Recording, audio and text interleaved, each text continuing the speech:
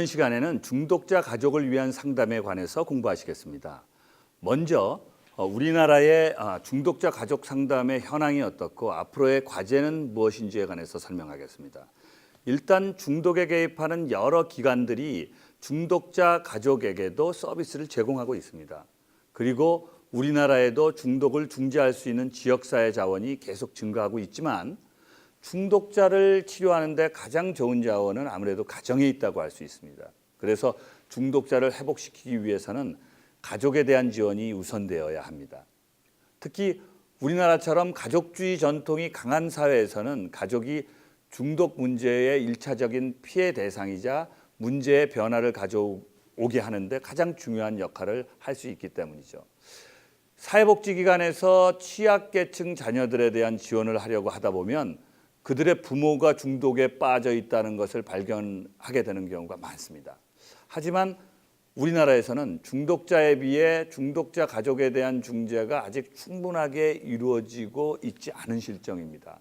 따라서 중독자뿐만 아니라 중독자 가족에 대한 더 많은 지원과 중재가 필요합니다. 예를 들어 중독자 가족에 대한 연구, 특히 알코올 중독자의 어린 자녀나 성장한 자녀에 대한 연구가 많이 되고 있지만 그들에 대한 중재가 아직 전문적으로 진행되고 있지 않다는 것은 정말 문제죠. 지금은 중독자의 가족을 상담하는 절차에 관해서 공부하시겠는데요. 당연한 얘기지만 중독자 가족을 상담하기에 앞서서 중독자 가족을 먼저 제대로 평가해야 합니다. 중독자 가족을 전반적인 차원에서 평가하는 방법은 이렇습니다. 먼저 중독자 가족 체계에 대한 정보를 수집해야 합니다.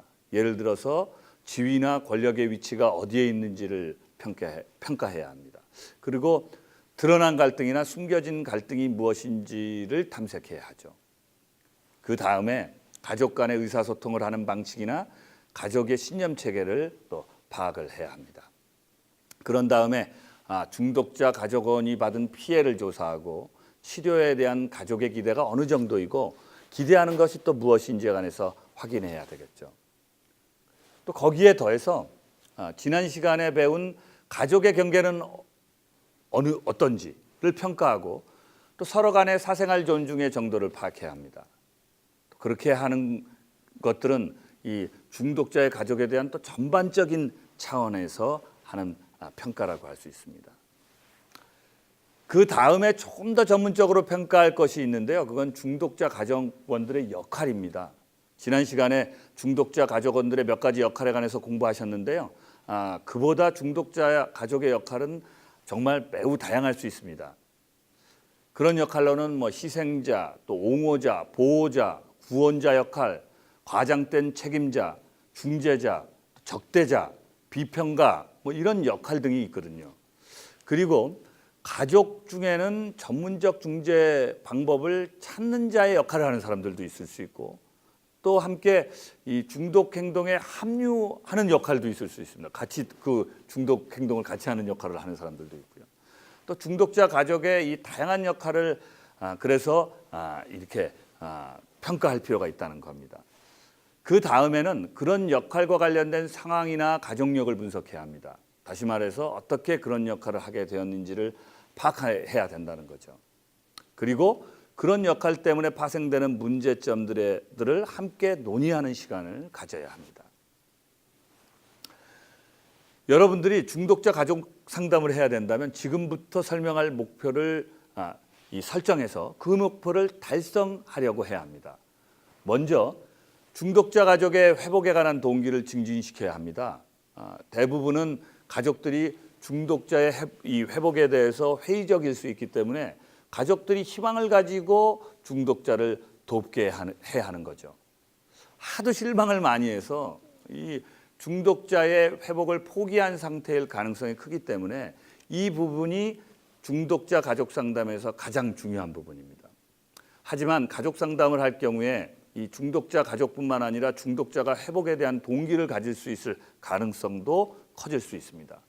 만약 중독자로 인해서 얻은 가족원들의 피해들을 부각시킬 경우에는 중독으로부터 회복에 대한 중독자와 다른 가족원들의 동기가 증진될 가능성이 크다는 얘기입니다. 두 번째로 이 가족원들에게 중독의 문제에 대해서도 제대로 인식시켜야 합니다. 중독자 가족들은 의외로 중독 문제가 가족에게 미치는 영향의 정도를 제대로 알고 있지 않은 경우가 굉장히 많습니다. 그래서 상담자는 가족 구성원의 중독 문제가 지속될 경우에 야기될 수 있는 문제들을 가족원들이 잘 이해할 수 있도록 도와야 합니다. 그리고 가족의 질병으로서 중독을 또 이해시켜야 되는 거죠. 이 중독자 가족 상담의 또 다른 목표는 중독자 회복에 방해가 되는 가족의 문제에 변화를 주는 겁니다. 중독자 가족은 이 중독자만 문제가 있다고 생각하면서 자신의 문제는 부정하는 경향이 굉장히 많습니다. 따라서 중독자에게 부정적으로 작용하는 가족원이 가진 역기능적인 면을 확인해서 수정해야 하는 겁니다.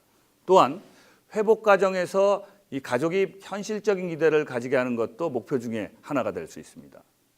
중독자 가족들은 중독자가 단번에 회복되기를 기대하는 경우가 꽤 많거든요. 그렇게 하지 않도록 하는 것이 굉장히 중요한데요. 이 지나친 기대가 중독자의 회복을 방해할 수 있기 때문이죠. 따라서 중독자의 회복 과정에서 예상되는 이 아주 가능한 결과들을 이 가족원들과 모두 검토하도록 하는 과정이 반드시 포함되어야 합니다. 마지막으로 중독자 가족에 대한 이 장기적인 지지 체계를 마련하는 것도 아주 또 중요한 목표가 될 수 있습니다. 중독으로부터의 회복이 장기적인 작업이기 때문에 가족원들도 이를 위해서 준비해야 한다는 거죠. 그리고 가족 상담에서 그런 작업을 도울 수 있는 지지 체계를 마련해 줘야 하는 거고요. 그런 지지 체계의 예로는 이전에 배운 중독자 가족 자조 모임 이런 것들이 있습니다. 자, 이제부터는 중독자 가족 상담의 전략과 그것의 적용 방법에 관해서 배우시겠는데요. 먼저 단계별로 중독자 가족에 개입하는 전략에 관해서 한번 공부하도록 하겠습니다. 치료 초기에는 중독에 대한 인식을 하고 수용하게 만들어야 합니다. 그리고 가족원에게 영향을 줘서 생길 수 있는 스트레스 관련 장애에 대한 것들도 또 이렇게 알게 해야 하고요. 그리고 나서 변화하고자 하는 중독자에게 가족으로서 어떻게 정서적으로 지지를 해야 되는지 또 알리고 중독 행동과 관련된 요인들을 수정하도록 도와야 합니다. 그리고 중독자가 회복되었을 때의 이득을 함께 따져보는 시간을 또 갖습니다. 초기에는. 그리고 치료 중기에는 절제를 시작하고 상당한 시간이 이제 지난 후이기 때문에 치료 없이 정상적인 삶을 경험하는 단계입니다. 이 단계에서는 중독자 가족의 자조 모임 아니면 종교 단체의 모임에 참여하게 하는 것이 좋습니다. 중독 문제를 이제 어느 정도 이제 중독 문제는 안정화 시기에 돌입했기 때문에 중독에 의해서 손상된 가족의 기능이 그런 기능을 회복시키는 것 이런 것들이 이 단계에서는 중요하고요.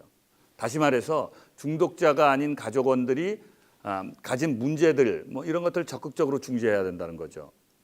그런데 이 시기에는 중독자가 한동안 이 중독 행동을 보이지 않았기 때문에 자동적으로 회복된 가족의 문제도 발견할 수 있을 겁니다. 다음은 이 장기적인 회복기에서의 개입 전략입니다. 이 시기는 정기적으로 중독 행동을 하지 않고 절제를 유지하는 단계이기 때문에 이 가족의 스트레스나 문제들도 어느 정도 해결된 상태라고 할 수 있습니다. 따라서 이 시기에는 가족원들의 이 숨겨진 갈등, 또 가족 간의 의사소통 방식, 가족의 신념 체계, 가족의 경계 설정, 또 사생활 보장 문제 등과 같은 것들을 중지할 필요가 있습니다. 가족원들의 웰빙이나 삶의 질을 개선하는 데 초점을 맞추는 거죠. 자, 그럼 중독자 가족 상담의 구체적인 전략, 즉 다시 말해서 적용 방법을 한번 살펴보겠습니다. 먼저 중독자 가족이 상담에 참여하고자 하는 동기를 이제 증진시키는 방법입니다. 우선 중독자와 이 가족이 가족 상담에서 안정감을 느끼게 해야 합니다. 절대 이 비난 받는다는 느낌을 줘서는 안 되죠. 그리고 중독자와 가족이 예상 가능한 방식으로 일관되게 중지할 필요가 있습니다. 그래야 집단 내에서 안정감을 느끼게 되죠. 그러면서 중독자와 가족이 이 사회생활을 하면서 어떻게 변화가 생기는지를 분석해서 피드백을 주면서 이 과도기를 또 견뎌낼 수 있도록 도와야 합니다. 치료에 대한 그래서 동기가 생기게 만드는 거죠. 다음은 중독자 가족 간의 관계와 또 이런 체계를 재확립하는 전략입니다. 그러기 위해서는 중독자 가족들 각자가 경험한 이 외상들을 서로 털어놓고 이야기할 수 있게 해야 합니다. 그러면 가족들이 의도하지 않거나 의식하지 못하면서 중독자의 중독 행동을 유도했던 그런 언행들, 또 그런 행동들을 탐색해서 수정할 수 있게 되는 겁니다. 그리고 이 중독자 가족들의 부정적인 정서, 또 가족원들 간에 느끼는 거리감을 함께 탐색한 후에 그것이 중독에 대한 정상적인 반응이기도 하지만 또 수정도 돼야 된다라는 것을 알고 수정하게 해야 합니다. 중독자 가족의 명시적이거나 아니면 암묵적인 규칙을 또 탐색해서 규칙 위반 시 처벌이 또 어떻게 이루어지고 있는지 알아내고요. 또 그것이 비현실적이라는 것을 인식하게 만들고 수정해야 합니다. 그러면서 무엇보다 중독에 의해서 생긴 이 왜곡된 가족의 체계를 수정하는 것에 대한 동기와 열정을 또 갖게 하는 거죠. 또 이 부분은 굉장히 중요한 부분입니다. 다음은 중독자 가족을 교육하는 방법입니다. 앞서 설명했지만 먼저 중독자 가족에게 이 중독에 대한 정보를 교육시켜야 합니다. 그리고 중독자의 중독 행동을 대체할 수 있는 대안 행동들을 또 가족들과 함께 찾는 것이 중요하죠. 대안 행동을 이 가족들과 같이 계획하면 실제로 실행할 수 있는 가능성이 굉장히 높거든요. 그리고 이 중독 회복자의 이 재발 방지 전략도 이 가족들에게 교육하고 또 아니면 그런 전략을 함께 고안해 보는 것도 좋습니다. 마지막으로 중독자와 이 가족의 변화를 위한 가족 상담 기법 몇 가지를 소개하겠는데요. 이 첫 번째는 이 역설적 방법으로 중독된 가족들에 대한 이 과장된 불신을 갖게 하는 이 불신의 날을 정하는 겁니다. 그리고 그 외의 날에는 신뢰감을 표시하도록 하는 전략을 활용할 수 있습니다. 두 번째 이 소개할 상담 기법은 이 비평일지인데요. 가족들에게 중독자의 변화에 대한 비평일지를 매일 쓰게 해서 어떤 변화가 일어나는지를 인식하게 하는 그런 또 전략이라고 할 수 있습니다. 반대로 진심 편지도 있습니다. 중독자 가족들 간의 마음속에 있는 내용을 진심 편지를 써서 서로 또 공유하게 하는 거죠. 자, 이번 시간에는 중독자 가족 상담에 관해서 공부하셨는데요. 많은 이해가 되셨으면 합니다. 수고하셨습니다.